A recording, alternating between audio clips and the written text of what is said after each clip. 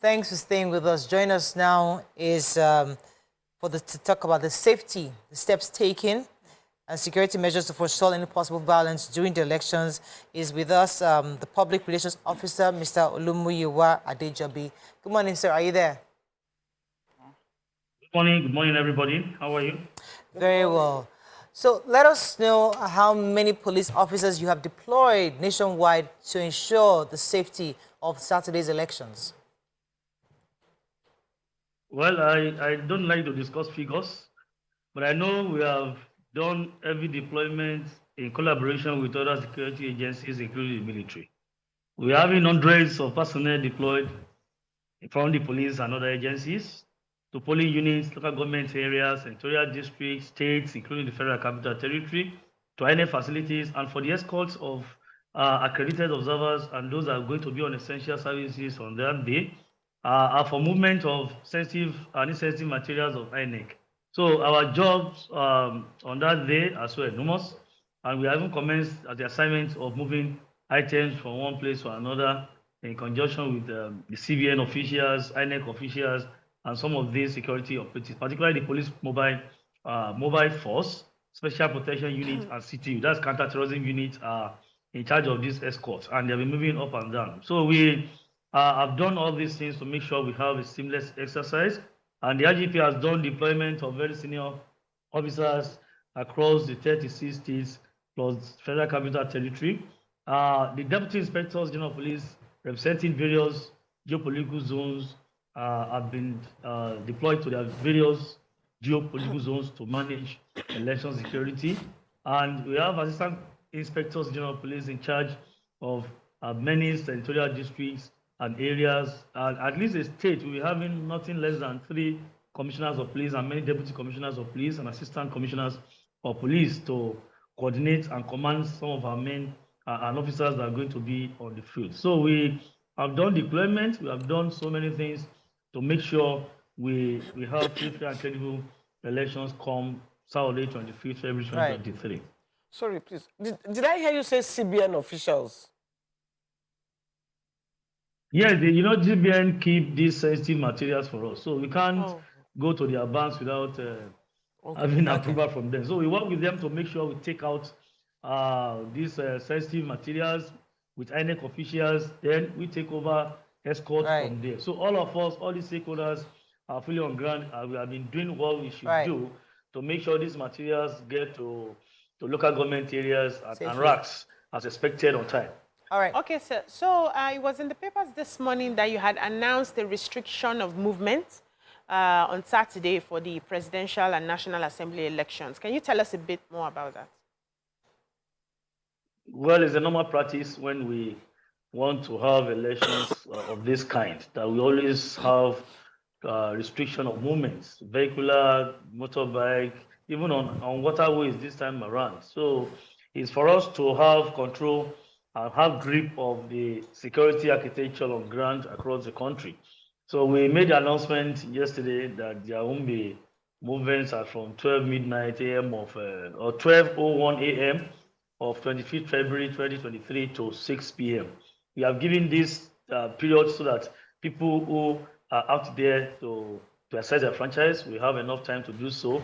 But even when the election is over by 2:30, you see discover that we have some people that will still be on queue.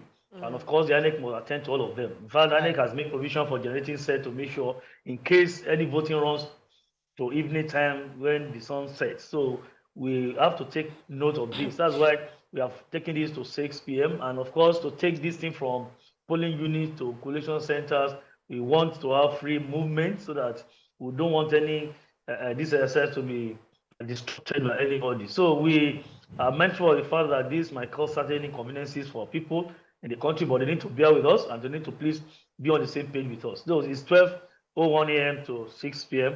on Saturday, 25th February 2022. And we expect everybody to please comply with this because we are going to meet heavy deployment in exits into local government areas, states, and major cities across the country. Right. The military are going to help us in this regard with our PMF men and officers of civil defense. They will be with us at this exit point so that there will not be restriction of movement. We have strong believe that when we have good restriction of movement, we are almost 85% into the success of Right. any electoral process, Okay. because movement might debar so many things. So we are mindful of this, and that's why the instruction is coming out at this time, early enough for those who want to travel to know how they want to move and go to their various Okay. destinations to cast their votes. All right. Go ahead, Mara. Okay. We also have to talk about pre-election violence that we are experiencing in some parts of Nigeria. We just heard about the senatorial candidate that was incinerated alongside his family in Enugu State.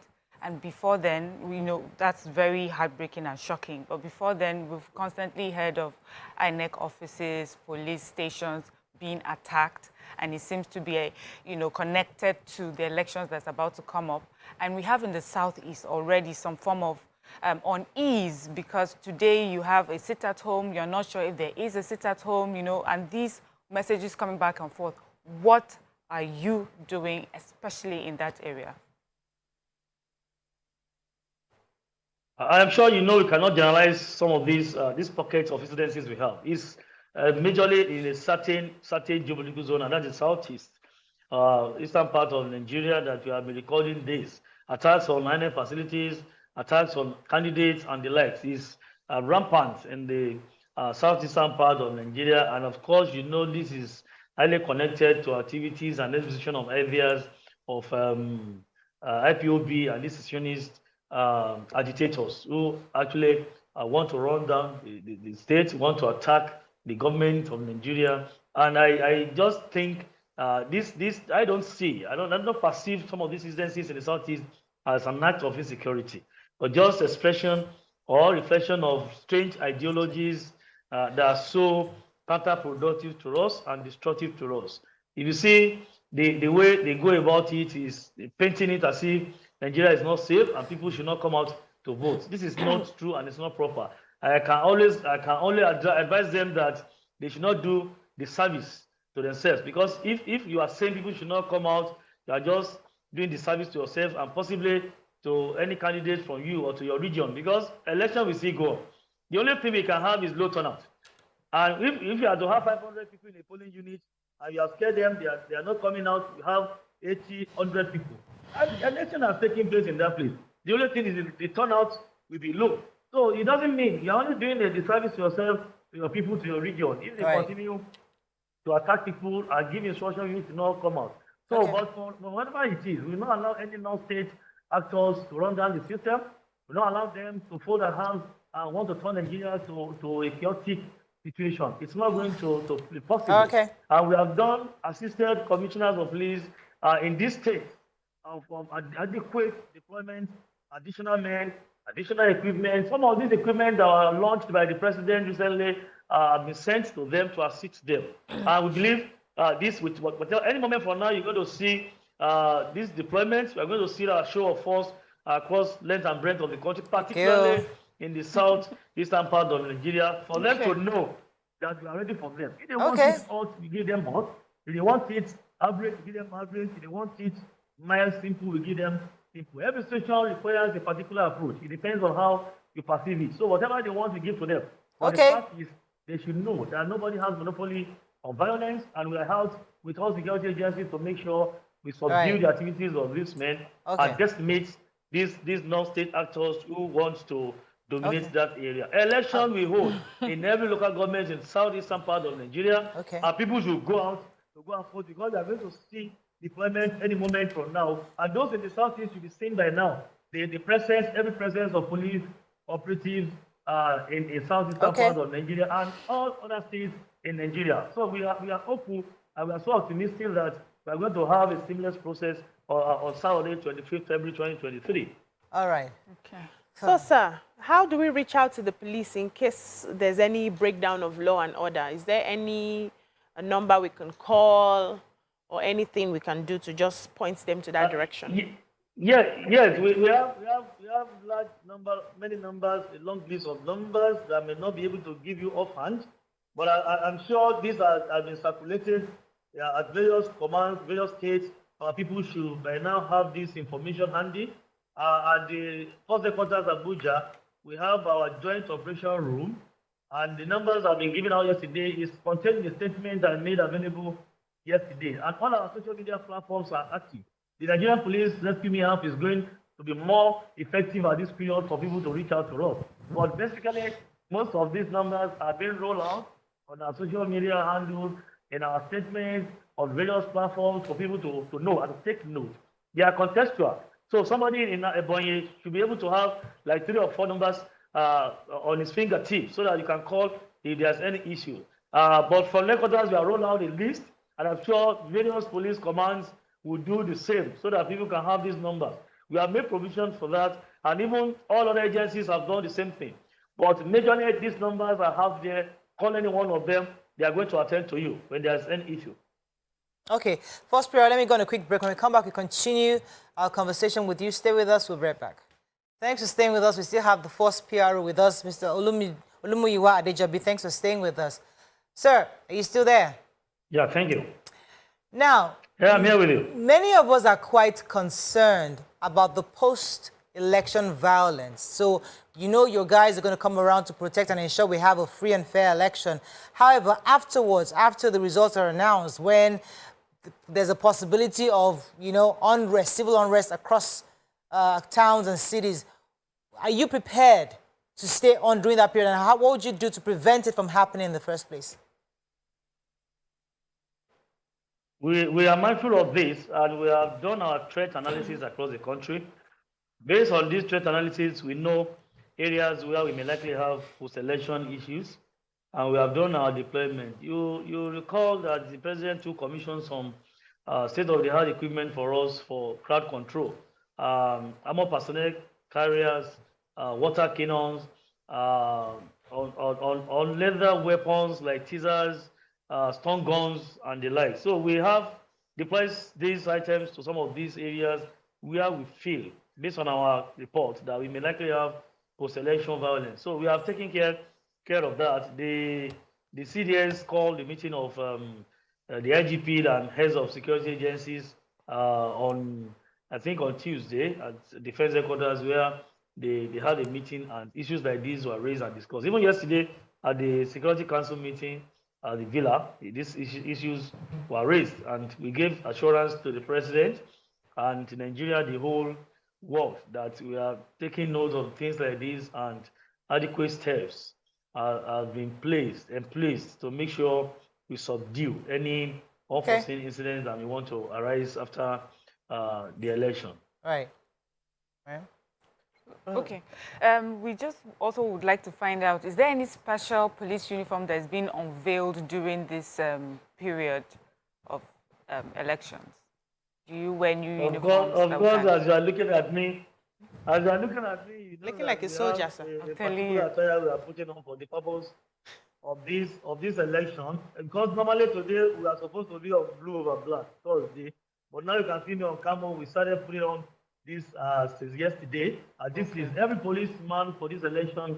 In fact, every policeman should be on camera, whether you're on the field or in the office. That is the dress code for this period. And this is the attire everybody is going to put on. Combat, camera with boots, and this hat I'm putting on. And that's how they're going to see all our men any moment from. In fact, I speak with you. Everybody's on this uniform, this camouflage. Camera is for war, so you are prepared. You are very, very prepared. Can see that. So, sir, we know that, especially, let's take, for instance, a place like Lagos, there are some hotbeds where you can identify and say there's usually violence around these areas. What are the extra precautions the police is taking to make sure that those areas are properly manned?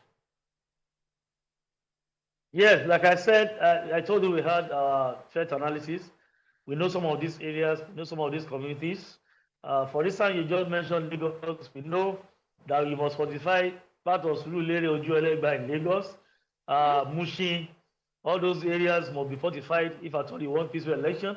And the new commissioner of police in Lagos, CP Idowu Owonwa, has taken note of that. In fact, the IGP has sent water cannon to assist them. Lagos has been having water cannon, but then additional items have been sent to them to assist Lagos, despite all what we have in Lagos. But we are still keeping them Sir. here. But I'm sure with the leadership in Lagos, things like that will not and raise his head. And if they have business like that, they know how to handle them. And across length and breadth of Nigeria, we have deployed our commanders of PMF to every local government, officers to the senatorial district, and all of them are trained officers. And don't forget, the IGP recently established election planning, evaluation, and monitoring team, headed by AIG Interpol, the Vice President Interpol Africa, AIG Interpol here, Garuba Umar is the commander of that team, and they have been housed, they have been deployed to monitor, to evaluate, and to plan. Boss PRO, let me ask you this question. To see how we're going to go about all this. Now, one of the major concerns we have is that you don't have enough people under the police force. You have less than 400,000 police officers. What kind of partnerships are you having with local vigilantes or local security officials to ensure that you have enough capacity? Because, yes, we feel we don't have enough manpower in the police. So when these boys come out, when these hoodlums come out to take things, we feel that they overpower you. So are you working with local security? Like Amotekun. Like Amotekun, ESN in the east, and which other one then? The other ones in the north. Are you working with anyone to ensure you have enough man on the road? And Lagos, we also have the NS, LS, NS, the ones that carry baton. OPC. No, NS, Lagos Neighborhood Watch, Lagos State Neighborhood Watch. Are you working with any of these guys? Carry baton. Well, we have said it, and let me reiterate on this program that apart from members of ISS is Interagency Consultative Committee on Election Security. The IGP is a co-chairman. The NX chairman is a co-chairman, and of course, NSA co-chairman.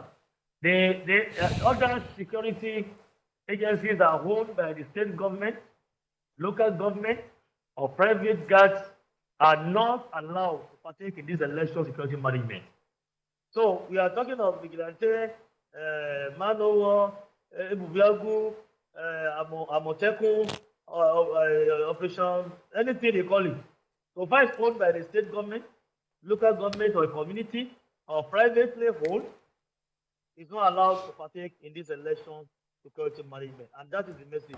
So those that are going to partake in the election security management are basically members of SS, comprising the military, of course, police, the lead agency, Nigerian Immigration Service, Nigerian Customs Service, Federal Road Safety Corps, Nigerian Correctional Service, Fire Service, EFCC, SCPC. These are the major, of course, DSS, NI, all of them. Soldiers will come. But so far, you are owned by the state government.